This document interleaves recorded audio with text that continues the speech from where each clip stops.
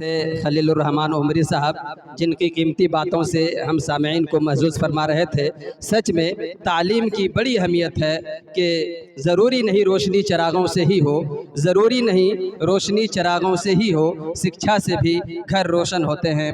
मेरे अजीज़ माँ और बहनों, शिक्षा में मेयारी तालीम, जिसको अंग्रेजी में बोला जाता है क्वालिटी एजुकेशन, स्टैंडर्ड एजुकेशन, गुणवत्तापूर्ण शिक्षा किसको कहते हैं? मेयारी तालीम किसको कहते हैं? हम तो बच्चों को पढ़ाते हैं। मुमताज़ मुखिया साहब ने भी बात रखी थी कि शिक्षा के प्रति वालिदैन और असातिज़ा का अहम किरदार हुआ करता है। तो इस ताल्लुक़ से मैं चंद बातें आप सामईन के सामने रखूँगा कि तालीम में मेयारी तालीम यानी अच्छी तालीम। अच्छी तालीम क्या है? अच्छी तालीम जो बच्चा क्लास में पढ़ता है, उसका जो सिलेबस है, उसका जो नसाब है, उसमें जो किताबें पढ़ाई जाती है, चाहे वो हिंदी हो, उर्दू हो, इंग्लिश हो, मैथ हो, साइंस हो, कुरान हो, वो सिलेबस को बच्चा सही ढंग से लिख पढ़ और समझ पाने का नाम मेयारी तालीम है, अच्छी तालीम है। आज हमारे माशरे में अच्छी तालीम की बहुत कमी है।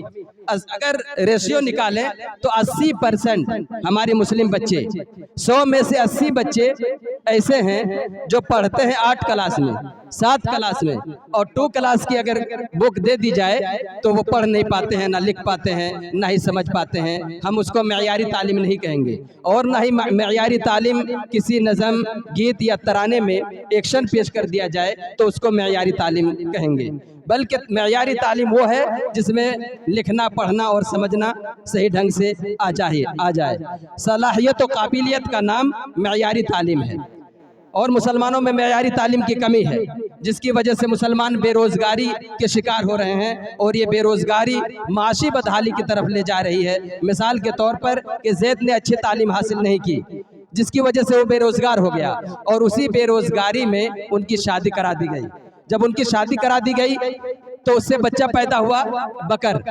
अब बताइए कि ज़ैद पहले से अच्छी तालीम हासिल नहीं कर पाया, बेरोज़गार, परेशान हाल, 2 वक्त की रोटी नसीब नहीं हो पाता था, तो फिर वो अपने बच्चा बकर को अच्छी तालीम कैसे दिला पाएगा? तो फिर ये सिलसिला जहालत की ओर बढ़ता चला जाता है, बढ़ता चला जाता है, बढ़ता चला जाता है। इसीलिए माँ और बहनों से गुजारिश करूँगा कि बच्चों के प्रति आप लोग ध्यान दीजिए और बच्चों को शिक्षित बनाइए। जब बच्चे शिक्षित होंगे तो घर का नाम रोशन करेंगे, देश का नाम रोशन करेंगे, और अपना घर की गरीबी को दूर करेंगे। पढ़ेगा इंडिया तो बढ़ेगा इंडिया। वस्सलामु अलैकुम वरहमतुल्लाहि वबरकातुहू। आसमा अख्तर और शाइस्ता सिलसिला को रखें।